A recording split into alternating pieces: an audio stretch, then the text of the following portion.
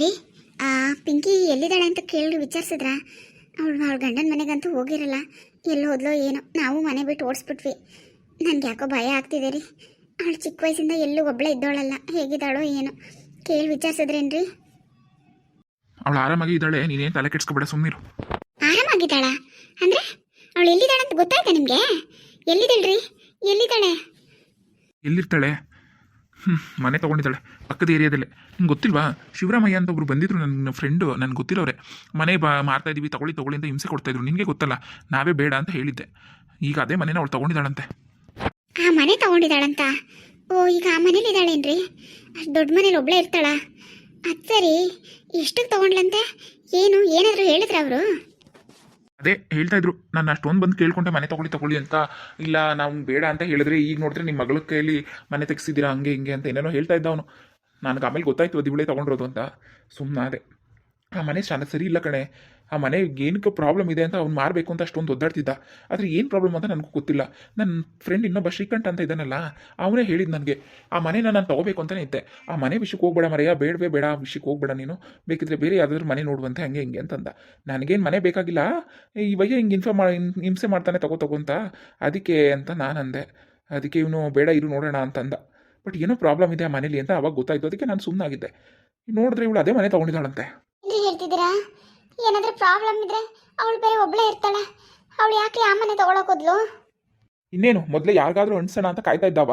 ಸರಿಯಾಗಿ ಸಿಕ್ಕಾಕೊಂಡಿದ್ದಾಳೆ ಬಕ್ರ ಥರ. ದುಡ್ಡಿತ್ತಲ್ಲ, ಏನೋ ಒಂದು ಮಾಡಬೇಕಲ್ಲ, ಅದಕ್ಕೆ ತೊಗೊಂಡಿದ್ದಾಳೆ ಅಷ್ಟೇ. ಏನು ಮಾಡೋದು? 60 ಲಕ್ಷನೋ 80 ಲಕ್ಷನೋ ಕೊಟ್ಟಿದ್ದಾಳಂತೆ ಆ ಮನೆಗೆ. ಮನೆ ಚೆನ್ನಾಗಿದೆ, ಮನೆದೇನು ತೊಂದರೆ ಇಲ್ಲ, ಮನೆ ಚೆನ್ನಾಗೇ ಇದೆ, ದುಡ್ಡು ಅಷ್ಟು ಕೊಡ್ಬೋದು. ಆದರೆ ಮನೇಲಿ ಏನೋ ಪ್ರಾಬ್ಲಮ್ ಇದೆ ಅಂತ ಹೇಳ್ತಾ ಇದ್ದ ಶ್ರೀಕಂಠ. ಮೊದಲು ಅವ್ನು ಎಲ್ಲಿದ್ದಾನೆ ಅಂತ ಹುಡುಕ್ಬಿಟ್ಟು ಅವ್ನು ಮೀಟ್ ಮಾಡಿ ಏನು ತೊಂದರೆ ಏನು ಅಂತ ಕೇಳಬೇಕು. ಈ ಥರ ನನ್ನ ಮಗಳು ತೊಗೊಬಿಟ್ಟಿದ್ದಾಳೆ ಅಂತ. ಏನು ಮಾಡೋದು? ಸ್ವಲ್ಪನೂ ಬುದ್ಧಿ ಇಲ್ಲ. ದೊಡ್ಡವ್ರ ಮಾತಂತೂ ಕೇಳೋದೇ ಇಲ್ಲ. ಅದೇನು ಮಾಡ್ಕೊಂಡಿದ್ದಾಳೋ ಏನೋ. ಅಯ್ಯೋ ರೀ, ನನಗೆ ಯಾಕೋ ಭಯ ಆಗ್ತಾ ಇದೆ ಕಣ್ರಿ. ಮೊದಲು ವಿಚಾರಿಸ್ರಿ ನಿಮ್ಮ ಫ್ರೆಂಡಿಗೆ ಫೋನ್ ಮಾಡಿ. ಸರಿ ಇರು, ಕೇಳಿ ನೋಡ್ತೀನಿ. Hello hello. ಹಾಂ ಹೇಳಪ್ಪ, ಏನು ದೊಡ್ಡ ಮನುಷ್ಯ, ಅಪರೂಪಕ್ಕೆ ನೆನೆಸ್ಕೊಂಡು ಫೋನ್ ಮಾಡಿಬಿಟ್ಟಿದ್ಯಾ? ಏನು ಸಮಾಚಾರ? ಈ ಶ್ರೀಕಂಠ ನಿನ್ನ ಹತ್ರ ಸ್ವಲ್ಪ ಮಾತಾಡ್ತಿತ್ತು, ಅದಕ್ಕೆ ಫೋನ್ ಮಾಡಿದೆ. ಏನು ವಿಷಯ, ಏನು ಹೇಳು? ಏನೂ ಇಲ್ಲ ಕಣೋ.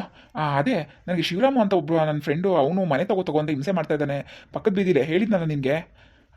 ಅದ್ರ ಬಗ್ಗೆ ಸ್ವಲ್ಪ ವಿಚಾರಿಸ್ಬೇಕಿತ್ತು, ಅದಕ್ಕೆ ಫೋನ್ ಮಾಡಿದೆ. ಅಯ್ಯೋ, ಆ ಮನೆ ಬಗ್ಗೆ ನೀನು ತಲೆ ಕೆಡ್ಸ್ಕೊಬೇಡ, ಅದು ಬೇಡ ಅಂತ ನಾನು ಹೇಳಿರ್ಲಿಲ್ವ ನಿನಗೆ?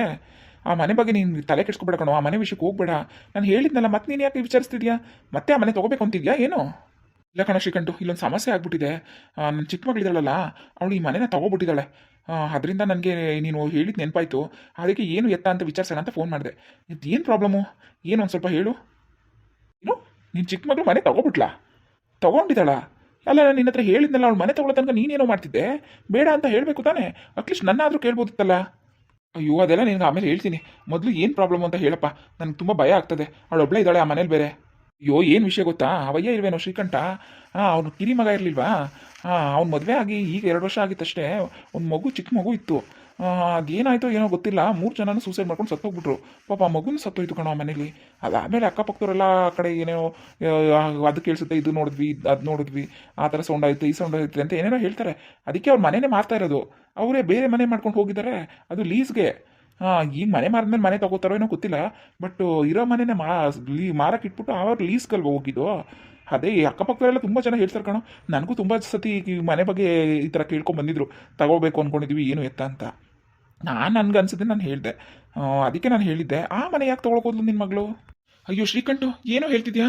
ನೀನು ಹೇಳ್ತಿರೋದೆಲ್ಲ ನಿಜನೇನೋ? ಹಿಂಗೆಲ್ಲ ಹೇಳ್ಬಿಡ ಕಣಪ್ಪ, ನಂಗೆ ಭಯ ಆಗುತ್ತೆ. ನನ್ನ ಮಗಳು ಒಬ್ಬಳೇ ಇರ್ತಾಳೆ ಕಣೋ ಆ ಮನೇಲಿ. ಅಯ್ಯೋ, ನಾನು ಯಾಕೋ ಸುಳ್ಳು ಹೇಳಿ ನಿನಗೆ? ಇದೊಳ್ಳೆ ಕತೆ ಆಯಿತು ಬಿಡು. ಬೇಕಾದರೆ ಬೇರೆ ಕಡೆ ವಿಚಾರಿಸಿ ನೋಡಪ್ಪ, ನಿಂಗೆ ನನ್ನ ಮೇಲೆ ನಂಬಿಕೆ ಇಲ್ಲ ಅಂದರೆ. ನಾನು ಅದೇ ಕಾರಣಕ್ಕಲ್ವ ನಿಂಗೆ ಬೇಡ ಅಂತ ಹೇಳಿದ್ದು. ನೀನು ನನ್ನ ಮೇಲೆ ನಿಂಗೆ ನಂಬಿಕೆ ಇಲ್ಲ ಅಂದರೆ ಬೇಕಾದರೆ ಬೇರೆ ಒಂದು 4 ಕಡೆ ವಿಚಾರಿಸಿ ನೋಡು, ಆಮೇಲೆ ಬೇಕಾದರೆ ನಿರ್ಧಾರ ಮಾಡಪ್ಪ. ನನಗೆ ಗೊತ್ತಿರೋದು ನಾನು ಹೇಳಿದ್ದೀನಿ ಅಷ್ಟೇ. ಸರಿ ಸರಿ ಆಯಿತು, ಮಾಡ್ತೀನಿ ಬಿಡು ನಿಂಗೆ ಆಮೇಲೆ. ಸರಿ ಆಯಿತು, ಮೊದಲು ಅದೇನು ನೋಡು. ಹಾಂ ರೀ ರೀ, ಏನಾಯ್ತು ರೀ? ಯಾಕೆ ಹಿಂಗಾಗ್ಬಿಟ್ರೆ? ಏನಂದ್ರು ಶ್ರೀಕಂಠಣ್ಣವರು?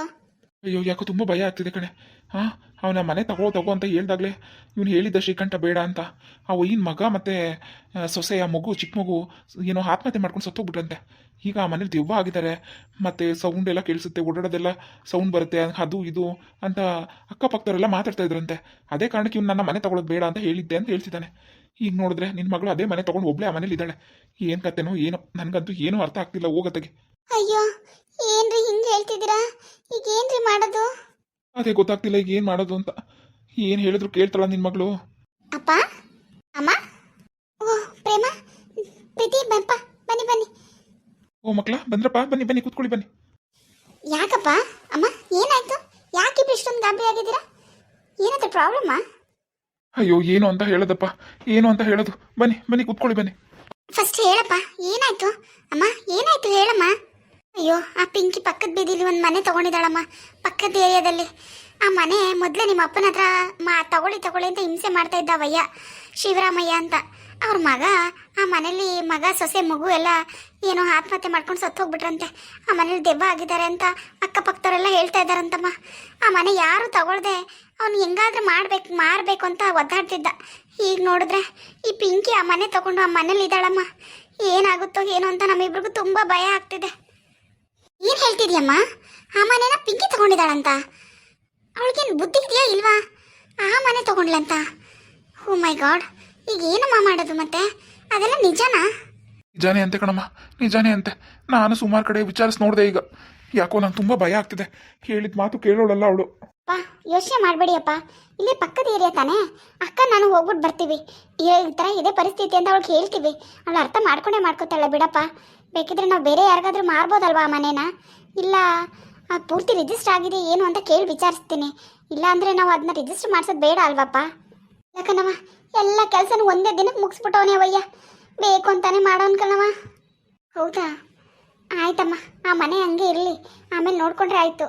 ಅವಳನ್ನ ಬೇಕಾದ್ರೆ ಮೊದಲು ಈ ಮನೆ ಕರ್ಕೊಂಬಂದ್ಬಿಡೋಣ. ಇರೋದು ಹೇಳ್ಬಿಟ್ಟು ಅವಳು ಇಲ್ಲೇ ಇರಲಿ ಬೇಕಂದ್ರೆ. ಅಷ್ಟು ಮಾಡು ಪ್ರೇಮ, ನಿಂದು ಅಮ್ಮಯ್ಯ ಅಷ್ಟು ಮಾಡವ. ಇಲ್ಲಿಗೆ ಬಂದಿದ್ಲು, ನಾವೇ ಇಬ್ಬರು ಜಗಳ ಮಾಡಿ ಓಡಿಸ್ಬಿಟ್ಟು. ಈಗ ನಾವೇ ಕರೆದ್ರೆ ತಪ್ಪಾಯ್ತದೆ. ನೀನು ಹೋಗ್ಬಿಟ್ಟು ಹೆಂಗಾರೆ ಮಾಡಿ ಹಿಂಸೆ ಮಾಡಿ ಅವಳನ್ನ ಇಲ್ಲಿ ಕರ್ಕೊಬಂದ್ಬಿಡವ. ಆಯಿತು ಆಯಿತು, ನಾನು ಪ್ರೀತಿನ ಹೋಗ್ತೀವಿ ಕರ್ಕೊಬರ್ತೀವಿ. ನೀವಿಬ್ಬರು ಆರಾಮಾಗಿರಿ, ಮೊದಲು ತಲೆ ಕೆಡ್ಸ್ಕೊಳ್ಬೇಡಿ ನೀವು. ಅಮ್ಮ ಕೂತ್ಕೊ, ನೀನು ಕೂತ್ಕೊಮ್ಮ ಆರಾಮಾಗಿ, ಏನಿಲ್ಲ. ಹಾಯ್ ಫ್ರೆಂಡ್ಸ್, ಎಲ್ಲರೂ ಹೇಗಿದ್ದೀರಾ? ಎಲ್ಲರೂ ಚೆನ್ನಾಗಿದ್ದೀರಾ ಅನ್ಕೋತೀನಿ. ನನ್ನ ವೀಡಿಯೋಸ್ ಎಲ್ಲ ನೋಡ್ತಾ ಇದ್ದೀರಾ, ಸಪೋರ್ಟ್ ಮಾಡ್ತಾ ಇದ್ದೀರಾ, ತುಂಬ ಥ್ಯಾಂಕ್ಸ್. ದಯವಿಟ್ಟು ಇದೇ ಥರ ನೋಡಿ ಸಪೋರ್ಟ್ ಮಾಡಿ. ವಿಡಿಯೋ ಇಷ್ಟಾದರೆ ಲೈಕ್ ಮಾಡಿ, ಕಮೆಂಟ್ ಮಾಡಿ, ದಯವಿಟ್ಟು ಸಬ್ಸ್ಕ್ರೈಬ್ ಮಾಡಿ. ಯಾರು ಸಬ್ಸ್ಕ್ರೈಬ್ ಮಾಡ್ತೀವಿ ವಿಡಿಯೋ ನೋಡ್ತಿದ್ರು ದಯವಿಟ್ಟು ಸಬ್ಸ್ಕ್ರೈಬ್ ಮಾಡ್ಕೊಂಡು ನೋಡಿ. Thank you.